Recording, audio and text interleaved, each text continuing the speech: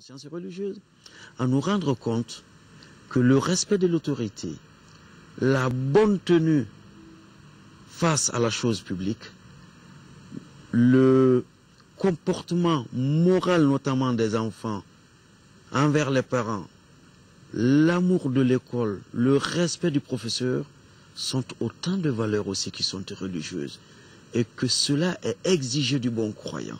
Des deux côtés de la rive, la communauté musulmane s'imprègne des valeurs évoquées par des érudits tels Bayaya Aïdara à Wolofobougou-Bolibana et Bandjougou Doumbia à Bamako-Koura.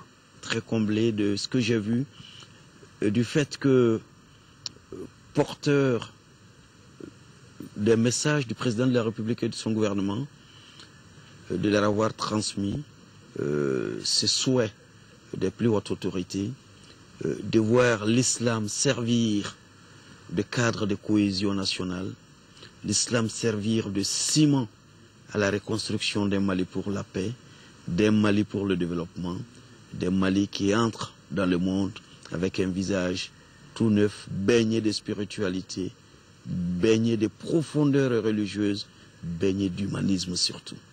Le ministre du culte des affaires religieuses et son collègue de l'urbanisme et de la politique de la ville étaient également au rassemblement organisé par le cheikh Soufi Bilali au stade Modibo Keïta. En début de soirée, la délégation gouvernementale s'était rendue à l'ancienne mosquée ou Misri Koroni du marché d'Abanani avant les bénédictions de la famille Kunta au quartier Zerni. La communauté musulmane donc du Mali a célébré la nuit dernière l'anniversaire de la naissance du prophète Mohammed, paix et salut sur lui, et c'était à travers des prêches et lectures du Saint-Coran. Notre équipe de reportage, une autre équipe de reportage conduite cette fois-ci par Moussa Fané, a sillonné quelques lieux de prêche. Les fidèles musulmans du Mali, particulièrement ceux de Bamako, ont pris d'assaut les stades, les mosquées et autres lieux de culte pour invoquer Allah, notre Créateur. Ousmane Chérif Madan Aïdara, le guide spirituel de Ansardine International, a lui dirigé un sermon au stade du 26 mars où tous ont rendu un vibrant hommage au prophète Mahomet, paix et salut sur lui. Le prophète Mohammed nous a toujours appelés à l'unité. Il a prôné la paix et la solidarité dans la société. Autre lieu de culte, un terrain de football à Faladje sous la présidence de El Hadj Sidi Konake, imam Khalif Tidiane de la Zaouia. Nous célébrons avec beaucoup d'humilité, avec beaucoup de foi, pour faire connaître ce que c'est que l'amour de l'homme envers l'homme. Que chaque homme voit en chaque homme son image. Du stade du 26 mars, à Torokorobougou, en passant par Faladje, des milliers de fidèles ont célébré le Maouloud à travers lecture du Coran, prêche, louange à Allah et prophète Mahomet, paix et salut sur lui. Le Maouloud, c'est l'occasion de parler de la vie du prophète alayhi salatu wassalam. Le prophète alayhi salatu wassalam a subi toutes sortes d'injustices, mais il a fini à parler avec ses pires ennemis. Donc nous appelons le peuple malien, le grand peuple malien, à s'inspirer de ce modèle prophétique, à s'inspirer du prophète alayhi salatu wassalam, qui est notre modèle, pour faire le pardon. Les prêcheurs ont également invité les Maliens à la cohésion et à l'unité nationale, facteur indispensable au vivre ensemble. Après la rive droite visitée par Moussa Fané, voyons comment la rive gauche a vécu l'événement avec Abdul Karim Kaba. Maouloud, ce mot arabe signifie en français la naissance. Il est fêté pour remercier Dieu pour avoir envoyé le prophète Mohammed, paix et salut sur lui. C'est à pareille nuit que l'humanité a découvert le plus grand don divin, notamment le supérieur des supérieurs, le prince des envoyés d'Allah, Muhammad sallallahu alayhi wa sallam, apparu comme la pleine lune dans les ténèbres, comme l'étoile polaire pour un égaré. C'est lui qui est venu annexer l'obscurité et donner naissance à la lumière. Toute l'année durant, les fidèles étaient massés un peu partout à travers la capitale. Des Misra à la Fiabougou, en passant par Medina Koura et l'hippodrome, pour écouter les imams et autres prêcheurs sur la cohésion, l'union entre les musulmans et l'importance de l'avènement du prophète Mohammed, paix et salut sur lui. La célébration du Mawlud montre l'amour et du respect de notre prophète. Comme Dieu dit dans le Coran, si vous aimez Allah, suivez Mohammed, Allah vous aimera. Le Mawlud est par excellence l'occasion d'expliquer aux fidèles qui est le prophète. Sa célébration est une opportunité pour les uns et les autres de raffermir leur foi en Dieu. Notre présence ici, c'est vraiment ça, illustre la proximité des autorités publiques avec tous les courants religieux, avec toutes les confessions, et notre disponibilité à accompagner tous ceux qui professent l'unité, l'entente, la cordialité entre les Maliens. Des séances de lecture de Coran, des prêches, des bénédictions pour la paix et la réconciliation des cœurs et des esprits au Mali ont meublé cette soirée de Mawlud à travers les quartiers situés sur la rive gauche du district de Bamako. La fête de Mawlud a été célébrée la nuit dernière aussi à Tombouctou, dans la ville des 333 à 100, et cela dans la plus grande joie et la tranquillité. Les fidèles sous la baraka des imams et autres érudits ont prié et fait des bénédictions afin que notre pays renoue entièrement et définitivement avec la paix. Dans la cité des 333 100, Mawlud est aussi l'occasion pour les Tombouctiens de la diaspora de retrouver les siens. Nous dit Yehia Tandina. C'est par cette lecture panégyrique, autrement dit, les éloges du prophète Mohammed, paix et salut sur lui, les traditionnels tours de la grande mosquée de Djingareber, que la communauté musulmane de Tombouctou a renoué avec la célébration du Mawlud. Cette fête anniversaire qui marque la naissance du prophète Mohammed sallallahu alayhi wa sallam est d'une importance capitale, même pour les Tombouctiens de la diaspora, venus nombreux. Ça fait des années, à peu près 9 ans que je pars à célébrer cette fête. Malgré ce qui s'est passé, ce soir, je retrouve vraiment l'atmosphère d'antan. Donc, je suis vraiment content. Et je crois que c'est un événement qui va nous aider vraiment à oublier tout ce qui s'est passé ces temps-ci. Donc, j'ai vraiment la chance de coïncider avec. Ce rituel qui a été interdit l'année dernière par les forces du mal a repris dans sa plus grande ferveur sous haute surveillance sécuritaire. Des 3 célèbres mosquées, Sidi Yahya, Sankoré et Djingareber, en passant par les points de lecture Arawania, Kunta jusqu'au Marocain, l'ambiance y était. Je suis très contente de retrouver mes frères dans la gaieté parce que les gens n'ont plus peur comme avant. L'année passée, on n'a pas pu fêter comme ça. Ils n'ont même pas pu lire le Coran d'ailleurs, donc que Dieu nous montre l'année prochaine. La présence des fidèles, hommes et femmes, à Sankoré atteste l'attachement des Tombouctiens à ces valeurs religieuses léguées par les aïeux. Voilà ce que nous pouvons dire ce soir de cette célébration de la naissance du prophète Mohammed, paix et salut sur lui. L'actualité sur un autre plan. Notre pays enregistre entre 600 et 800 morts par an, je dis bien entre 600 et 800 morts par an des suites d'accidents de la circulation. Un chiffre qui fait froid d'eau et la jeunesse est la première victime. Cela n'est pas acceptable. Il faut donc trouver des solutions urgentes pour lutter contre l'insécurité routière. C'est pourquoi le gouvernement et les acteurs et autres usagers de la route veulent prendre des dispositions pour le respect du code de la route et libérer la voie publique. Et cela passe forcément par la mise en place d'une commission interministérielle.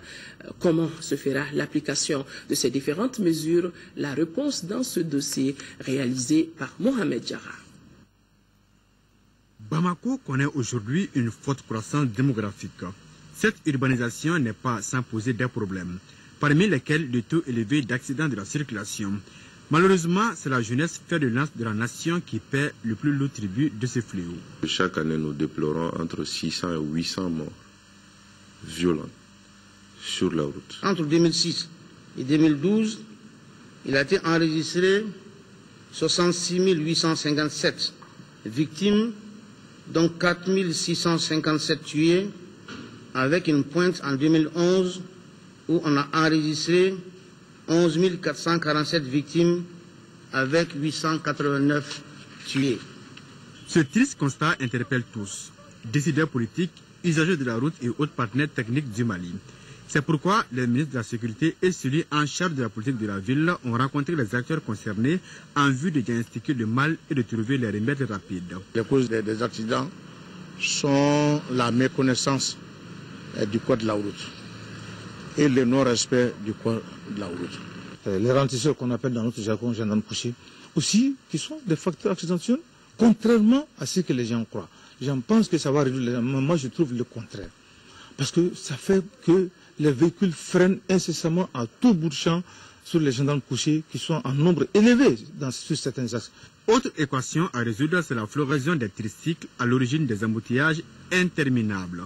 Et malheureusement, le code de la route est mieux sur la question. Ce n'est pas du tout réglementé. Bon, quand tu vas trouver des embouteillages sur le pont FAD là, mais tu ne trouveras jamais un accident, mais tu peux faire 20 à 30 minutes sur le pont FAD, mais quand tu arrives au bon milieu, tu ne trouveras que des tricyclistes qui causent ces embouteillages-là. Pour certains, la lutte contre l'insécurité routière passe aussi par la libération des voies publiques occupées au vu et au su de tout le monde, ce qui constitue une entrave à la fluidité de la circulation. Les postes de contrôle à la sortie et à la rentrée de Bamako, c'est devenu un marché. Quand le véhicule veut se garer pour aller se faire contrôler, c'est une affluence des gens, des commerçants qui courent vers les véhicules. Cela aussi pose des problèmes, ce sont des risques. La chaussée est équipée irrégulièrement par les marchands. Cela pose des problèmes. Quand vous prenez l'exemple sur la route de Dabanani, les commerçants ambulants ont pris la route. Le trottoir est fait pour les piétons. Maintenant, les piétons, ils n'ont même pas de place pour marcher. Surtout les véhicules, ils viennent étaler leurs marchandises sur le goudron. Donc les véhicules de transport sont obligés de s'arrêter au bon milieu de la route. Il y a un service qui est chargé, il y a une structure qui est chargée de contrôle routier, qui doit jouer son rôle. Et c'est ça l'application. C'est pourquoi on dit qu'il faut appliquer les textes dans son intégralité. L'occupation anarchique de la voie publique appelle simplement la libération de la voie publique. C'est simple comme bonjour. La voie publique est réglementée. Son usage est réglementé. Ses règles d'occupation sont précisées. Vous avez une responsabilité des collectivités locales et vous avez une responsabilité de l'État. Désormais, l'impunité cédera la place aux sanctions. Les textes seront appliqués à la lettre. Sous l'égide, encore une fois, du ministre en charge de la sécurité, une commission interministérielle est envisagée, tenant compte de ce qui existe par ailleurs, pour que dans l'urgence, des mesures puissent être prises, mais aussi que ces mesures soient suivies des faits.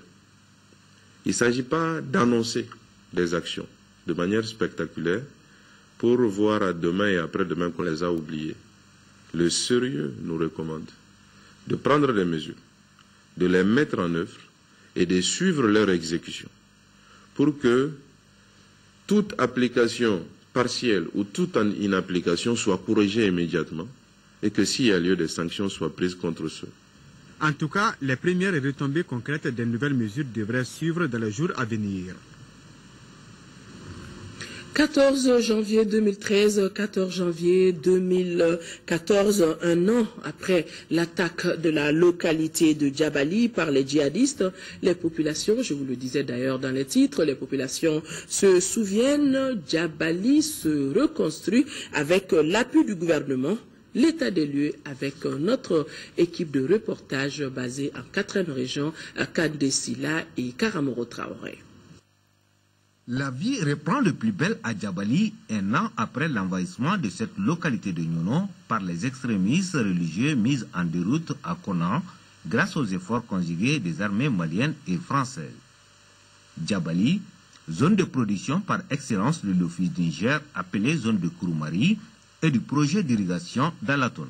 Cette année, nous avons pu mettre en valeur 21 143 hectares, soit au 99,84%, ce qui est très important. Et nous attendons une production totale de 137 143 tonnes, ce qui est très important aussi dans la zone de Djabali. Cette année, ça va. J'ai pu récolter 90 à 80 sacs à l'hectare. Un an après, Nous sommes au marché de Djabali qui grouille du monde ce samedi, jour de la foire hebdomadaire. Les deux épreuves que la localité a vécues voilà il y a un an semblaient être un mauvais souvenir, même si quelques stigmates restent encore là, rappelant le combat héroïque que nos forces armées et de sécurité ont livré face aux djihadistes. Les marchés, ça va, parce qu'aujourd'hui, il y a la sécurité. Nous avons repris les activités. Nous sommes loin de la période de crise où nous avons fait sortir des gens avec des sacs. Nous profitons de cette occasion aussi pour remercier notre vaillante armée malienne. Le jour du 14, nous ont tenu bon. De là aussi, on va remercier l'armée française qui est venue au secours de notre armée pour sauver notre village, qui est aujourd'hui libre de toutes les djihadistes. Pourtant, il y a un an, les médias du monde étaient massés à Nyono, situé à 65 km de cette agglomération qui faisait la une de l'actualité. Certains contemplaient la petite plaque de Djabali située tout juste à la sortie de Nyono, scrutant la route qui mène à Djabali, coupée du reste du monde, tout en imaginant ce qui se passe dans cette localité aux mains des extrémistes religieux.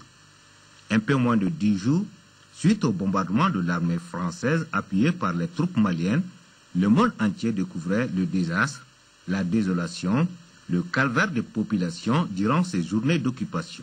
Des véhicules calcinés, des édifices publics saccagés et pillés, des lieux de culte profanés, des engins explosifs à même le sol et même des cadavres abandonnés par les occupants dans leur débandade. L'attaque de Djabali a commencé par le bon de Alatona. Nous, on a refusé à tirer différentes roquettes, comme l'ennemi déjà, elle a mélangé avec la population. De là-bas, plus les BM maintenant, plus on va l'utiliser. C'est la population malienne. Et là-bas, on a choisi, on va replier sur Nyono, comment on va organiser le retour. Actuellement, Djabali, il est sur le contrôle des forces armées et de sécurité. Aujourd'hui, la sécurité au lieu de Djabali et environnant se porte très bien. Les gens vaguent à leurs préoccupations et la zone est contrôlée. Aujourd'hui, l'espoir est de mise au sein des populations de Djabali et environ. Cela, grâce aux efforts conjugués de l'État et de ses partenaires qui n'ont cessé d'apporter l'appui nécessaire pour le retour rapide à la normalité à travers les dons de toute nature, la réhabilitation des locaux saccagés, le redéploiement de l'administration et l'octroi des fonds d'investissement, entre autres. Le même mois de janvier, nous on est revenus et dès lors nous sommes là, tous les jours, jour pour jour, nous travaillons, on n'a enregistré aucune perturbation. En ce qui concerne la région de Ségou, nous avons signé le 29 octobre une convention de maîtrise d'ouvrage déléguée et pour un montant de 500 millions de francs CFA pour la mise en état des infrastructures dans les communes de Nampalari et de Sokolo. Dans le secteur, essentiellement c'est l'Office du Niger. Ils sont là. C'est l'éducation, ils sont là. C'est la santé, ils sont là. C'est les producteurs, c'est les femmes, c'est les enfants, ils croient. C'est la reprise progressive.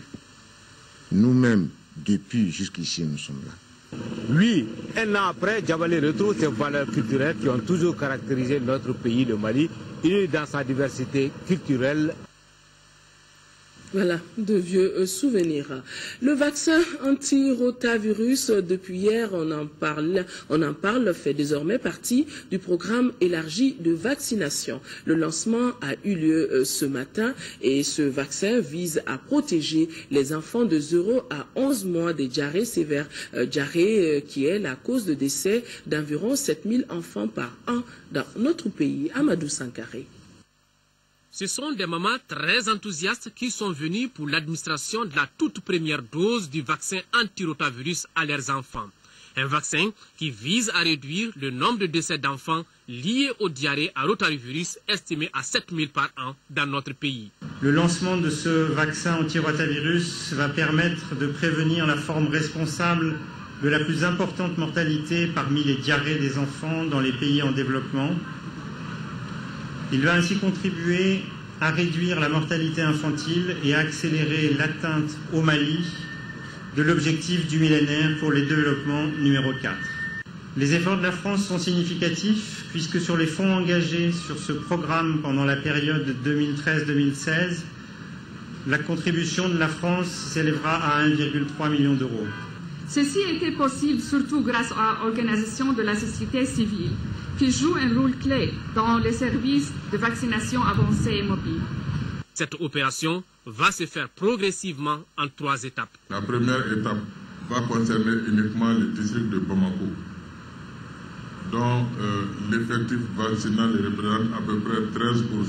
La deuxième étape se fera en 2015, après l'introduction de la première phase, et elle concernera les capitales régionales dont l'effectif vaccinal est étendu et représente environ 25% des enfants cibles. La troisième étape se fera en 2016. La couverture s'étendra à l'ensemble du pays. L'introduction de ce vaccin portera à 11 les maladies cibles du programme élargi de vaccination au Mali. Et pour que ce vaccin anti-rotavirus voie le jour, les chercheurs maliens ont travaillé sans relâche. Je suis plus que comblé. Avant de passer à tout commentaire, je voudrais remercier Dieu et remercier l'ensemble de mes collaborateurs. Ceux qui ont vraiment travaillé, c'est ceux qui sont mes collaborateurs qui sont autour de moi. Les acteurs de la santé n'entendent pas s'arrêter en si bon chemin puisqu'ils envisagent l'introduction dans le PEV au cours de cette année du vaccin contre le cancer du col chez la femme. Démarrage des journées de rencontre de la coopération hospitalière ici à Bamako. Durant 4 jours, les participants vont réfléchir sur une stratégie de coopération hospitalière en conformité avec les orientations du plan décennal de développement sanitaire et social. Compte rendu, Rachel Tessougué. Cette rencontre est une occasion pour les acteurs de la santé et leurs partenaires français d'échanger sur la situation des hôpitaux au Mali en termes de force, de faiblesse et de menaces. Des thèmes liés à la maintenance et l'équipement des hôpitaux, l'hygiène hospitalière, les médicaments et les autres produits pharmaceutiques seront également abordés. Nous fondons l'espoir que ces échanges permettront d'établir le point de la situation et d'identifier des opportunités ainsi que les difficultés de mise en œuvre dans une perspective de mutualisation et de partage d'expertise et d'expérience. Dans le cadre de la coopération décentralisée entre les localités de France et celles du Mali, des hôpitaux français et maliens ont établi des partenariats féconds. L'impact le plus apparent de cette coopération est certainement celui de la formation en cours d'emploi des ressources humaines, grâce à laquelle de nombreux médecins, chirurgiens, techniciens et personnels paramédicaux ont été formés dans leur spécialité. Ces formations sont dispensées grâce à des approches complémentaires, associant notamment des missions d'experts français au sein des hôpitaux maliens et des stages de professionnels maliens dans les établissements de soins français. Des recommandations seront faites en vue d'une meilleure planification coordonnée des partenariats hospitaliers. Restons toujours dans le domaine de la santé. L'hôpital Fousséni Ndao de Caille connaît depuis 6 mois de grands changements. La direction travaille à une amélioration de l'environnement. Faisons le point avec Jafar Aïdara depuis Caille. L'hôpital Fousséni Ndao reçoit par jour des centaines de patients qui viennent soit pour des soins, soit pour des consultations. Mais en cette période de grande fraîcheur, la plupart des patients souffrent des maladies respiratoires ou du paludisme. L'hôpital de Caille étant un hôpital de 2e référence, nous accueillons surtout les cas compliqués, les cas qui viennent souvent après une prise en charge débutée ailleurs. Donc, en général, c'est des cas qui nécessitent une hospitalisation que nous gérons à l'hôpital ici.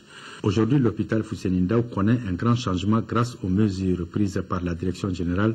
Il est interdit aux engins à 2 roues d'entrer dans l'enceinte de l'établissement. Seuls les véhicules transportant les malades y ont accès. Les visites sont limitées pendant les heures de travail. La réhabilitation des bâtiments et l'acquisition de nouveaux équipements sont en cours. On sent également un changement dans le comportement du personnel. Au niveau des salles d'hospitalisation, au niveau des toilettes, au niveau de la cour, Donc nous avons, avec l'engagement de tous les personnels, l'ensemble des organes de gestion ont été impliqués, beaucoup de réunions ont été tenues jusqu'à ce que vraiment on ait vu que l'ensemble, entre l'essentiel, adhérait à ces changements. Autre changement, l'installation d'un nouveau logiciel pour faciliter la gestion des dossiers médicaux et améliorer la gestion des ressources. Nous avons prévu d'installer un logiciel qu'on appelle PRED sur les ressources propres. Le logiciel PRED sur les ressources de l'État existait déjà. Et à notre avis, ces deux logiciels nous permettront vraiment de faire ressortir les recettes par service, les dépenses par service, et que de façon périodique, chaque 3 mois, nous puissions échanger avec le personnel. Et avec ce logiciel, une fois que le patient arrive, son dossier médical est immédiatement ouvert au niveau du bureau des entrées et un numéro est affecté automatiquement. Ça permet aux praticiens qui doivent recevoir les malades depuis le bureau des entrées de savoir qu'il y a tel malade qui vient vers moi. Il faut rappeler que l'hôpital de Caille a été créé en 1883 par les militaires français lors en Afrique de l'Ouest. Il avait pour vocation essentielle de prodiguer les premiers soins aux blessés de guerre avant leur évacuation sur le Sénégal ou la France. En 1959, il devient hôpital secondaire, puis hôpital régional en 1969.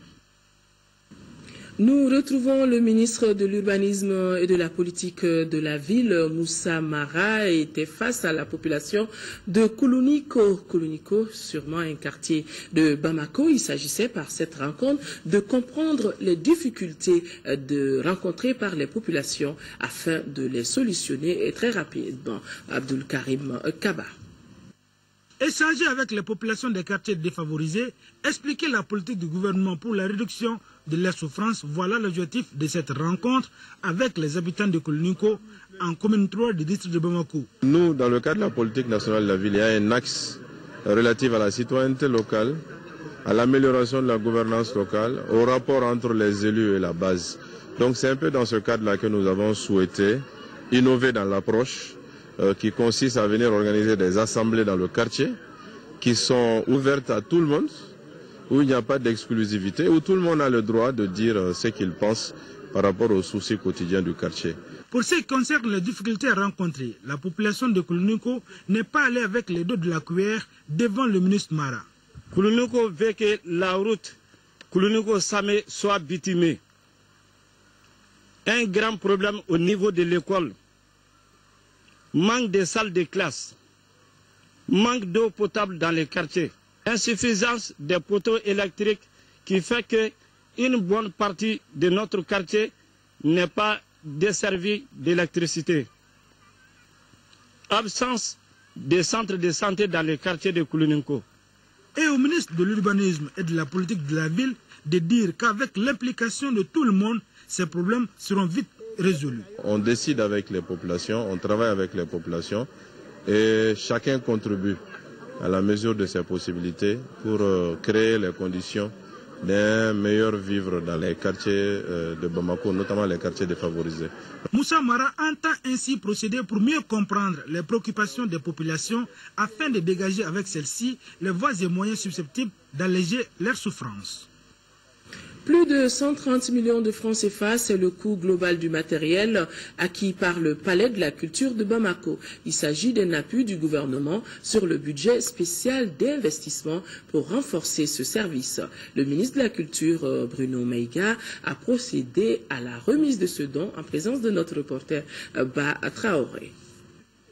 Ce lot se compose essentiellement de matériel de lumière, de son et d'un groupe électrogène de 500 kVA. Un arsenal qui vient renforcer les capacités de la structure.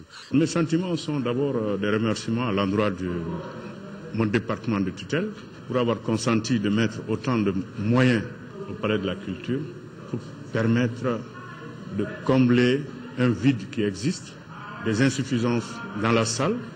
Nous louons la salle et souvent on a des frissons. Le premier frisson, c'est que nous n'avons pas toujours les moyens adéquats pour que celui qui assure la location puisse être à l'aise, le matériel essentiel qui manquait. Et l'autre angoisse qu'on avait, c'était les possibilités de coupure d'électricité, le délestage. Cet appui du gouvernement, selon le ministre de la Culture, vise à permettre aux agents de pouvoir mieux répondre aux aspirations du secteur. Ceci ne peut être pour nous qu'une un objet de satisfaction, de réelle réjouissance de la part de l'ensemble des artistes qui se voient désormais dotés de moyens pour leur production créatrice. Je voudrais saisir l'occasion pour remercier les plus hautes autorités du pays qui ont consenti cet effort malgré la faiblesse des ressources en cette période de crise et exhorter les artistes qui en sont les bénéficiaires à en faire le meilleur usage et surtout à en faire de véritables leviers pour la promotion de la culture. Cette cérémonie de remise de matériel a été mise à profit par les employés du Palais de la Culture pour présenter au chef du département leurs vœux de nouvel an. Et le ministre Bruno Maïga de les exhorter à plus d'efforts pour revaloriser le service. Le président directeur général de la CMDT à la tête d'une délégation était en visite dans la filiale centre de Fana. Les conditions de travail pour améliorer la qualité du coton produit dans notre pays étaient au centre des échanges avec les travailleurs. La campagne 2013-2014 en cours d'évaluation promet de combler les attentes et les 47% des 69 500 tonnes de coton-graines attendues sont déjà évacués sur les 4 usines dont dispose la filiale. Agali Aguissa, compte rendu. À l'instar des 521 villages couverts par la filière centre de Fana, la localité de Ndoumi, visitée par la délégation de la CMDT, a connu une campagne agricole marquée par l'irrégularité des pluies. Cependant, la quantité de coton récolté donne bon espoir. Selon le premier responsable de la filiale, les 47% des 69 500 tonnes de coton attendues sont déjà enregistrées dans les différentes usines. Par rapport à la campagne de grainage, sur les 70 000 tonnes prévues, nous avons déjà rentré 33 000 tonnes. Et à ce jour, nous avons payé aux producteurs 6 milliards 500 millions. Tous les paysans qui évacuent leur coton sont payés automatiquement. Après le marché de coton, le nouveau président directeur général de la CMDT et sa délégation ont visité les usines de Djoula et Fana, les ateliers et les garages. Comme dans les autres filiales, les échanges avec les travailleurs ont porté sur les conditions de travail et les défis à relever. Le nouveau responsable de la CMDT est conscient des efforts à fournir, mais prône le travail bien fait. Il faut que chacun à son niveau mette le maximum d'efforts sur le travail bien fait, et le devoir de fidélité, d'intégrité vis-à-vis de la société. Auparavant, la société de semences du Mali, notamment l'usine de conditionnement des semences de coton à Sikasso et le centre de recherche et de formation pour l'industrie textile Serfitex, avaient reçu la délégation.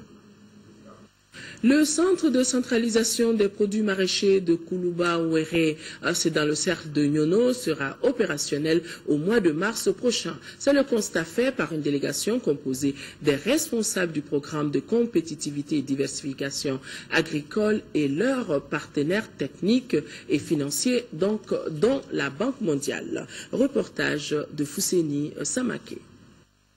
En se rendant à Koulamba-Ouéré, dans la zone office du Niger de Nyono, les responsables du programme de compétitivité et diversification agricole PCDA et leurs partenaires voulaient non seulement visiter les installations du centre de centralisation, mais aussi et surtout informer et sensibiliser les acteurs de la filière échalote-oignon sur les multiples services dont le pôle est capable de rendre dans la promotion de la filière échalote. Le challenge maintenant majeur, c'est celui de la gestion de l'infrastructure. L'infrastructure est commerciale, ça veut dire qu'elle doit aider les gens à mieux vendre. Les responsables de Nyono ont invité les producteurs maraîchers à saisir cette opportunité pour lever les contraintes critiques du développement des chaînes de valeur de certaines filières commerciales agricoles au Mali. Cette réalisation du PCDA nous réconforte. Elle nous permettra de mieux conserver et mieux vendre notre oignon en toute saison. Je lance un appel à tous les acteurs de la filière pour s'approprier ces magasins de stockage. Maintenant, avec cet ouvrage, nous espérons que le prix de l'échalote sur le marché va être stable, va être régulé et pour le grand bonheur des populations consommateurs que nous sommes. Ce centre qui a une capacité de stockage de 300 tonnes sera opérationnel au mois de mars selon les acteurs. L'Association pour l'épanouissement social et économique des femmes du Ganadougou a organisé une grande manifestation artistique et culturelle. L'événement, placé sous le signe de la paix et de la réconciliation nationale, s'inscrit dans le cadre de la Journée internationale de la femme rurale. Daouda Diakité. En organisant ce rendez-vous dédié à la femme rurale, l'Association pour l'épanouissement social et économique de la femme du Ganadougou a choisi l'aspect culturel pour apporter sa contribution à la consolidation de la paix et de la réconciliation nationale. Nous organisons cet événement pour la paix au Mali et surtout pour l'entente entre les femmes du nord au sud. L'événement rentre dans le cadre de l'édition 2013 pour les femmes rurales. Une façon originale pour les initiatrices de magnifier la femme rurale et de livrer des messages de paix et de la réconciliation nationale pour que le vivre ensemble soit une réalité entre tous les fils d'un Mali uni. L'importance du rôle des femmes dans le développement n'est plus à démontrer. La participation active et constructive de tous à la gestion de la chose publique recommande que tous les acteurs, hommes et femmes, soient encouragés à exprimer leurs préoccupations et souhaitent à apporter leur contribution à la résolution des problèmes prioritaires. Les sketchs sur le processus de production et de transformation des produits locaux, les mariages traditionnels dans les Ganadougou et les prestations des groupes folkloriques sont venus agrémenter cette journée de la femme rurale délocalisée dans les Ganadougou. La salle de conférence du Conseil de cercle de Douranza a servi de cadre à la rencontre de dialogue politique organisée par Jubilé 2000, coalition des alternatives africaines d'aide et de développement. Le projet d'appui au renforcement de la cohésion sociale porté par les leaders communautaires des zones affectées par la crise. Mahamar Ibrahim Touré. Dans le cercle de Douranza, le projet d'appui au renforcement de la cohésion sociale porté par les leaders communautaires des zones affectées par la crise est une initiative de Jubilé 2000, coalition des alternatives africaines d'aide et développement. Ce projet est mis en œuvre à travers des rencontres de dialogue intercommunautaire. Financé par le PAOS 2, il contribue à la recherche de paix durable dans certaines contrées minées par les conflits intercommunautaires. C'est seulement en échangeant et en nous pardonnant que nous pouvons perpétuer le dialogue, assurer la réconciliation que nous souhaitons tant dans notre pays. Au cours de la rencontre, les acteurs du cercle de Douranza seront informés des résultats de l'analyse des groupes de veille sur les conflits intercommunautaires. Ils dégageront des actions et stratégies visant l'atténuation des conflits. L'objectif de ce dialogue est de restituer aux autorités locales et nationales les résultats de l'étude réalisée avec les communautés sur les conflits. J'invite tous les acteurs à s'investir efficacement afin d'engager des résultats escomptés et d'assurer la pérennité des acquis des mois à venir. Les responsables du groupe de veille s'engagent à s'investir plus pour atténuer la tension sociale. Jubilé 2000 CAD Mali regroupe 103 membres. Un mot de politique, l'Alliance des nationalistes convaincus pour le développement du Mali, ANCD, fait le point de ses activités menées durant l'année 2013. La cérémonie de présentation de ce bilan s'est déroulée, vous pouvez l'imaginer, en présence de plusieurs militants du parti Adama Koulibaly. Les femmes et les jeunes du comité 2 du quartier Bankoni sont sortis pour accompagner les responsables du parti Alliance nationale des convaincus pour le développement, ANCD Mali. Le parti avait appelé ses militants pour leur présenter le bilan d'activités menées durant l'année 2013. Le point de satisfaction du parti, c'est que le parti consciencieusement passe à son examen de conscience. Vous savez, quand un parti, quand on délivre un récépissé, ce n'est pas pour aller dormir, ce n'est pas pour aller faire des fêtes, mais c'est pour contribuer en sa manière au processus de développement politique au sein d'une nation. Et aujourd'hui, le parti ANCD est fier d'avoir accompli des missions qui sont de ses devoirs. C'est pourquoi ce bilan annuel a été tout le temps initié et nous avons tout le temps été accompagnés, appuyés, assistés par des amis, par des alliés, par des proches. Une cérémonie de présentation de bilan d'activité à laquelle était invité l'ancien ministre de la formation professionnelle, Modibo Kadjogé. Une occasion pour d'autres responsables du parti ANCD Mali de remercier les militants en leur demandant de continuer à se battre. Et ceci de répondre qu'ils continueront à suivre si le développement local sera toujours au centre de leur lutte politique.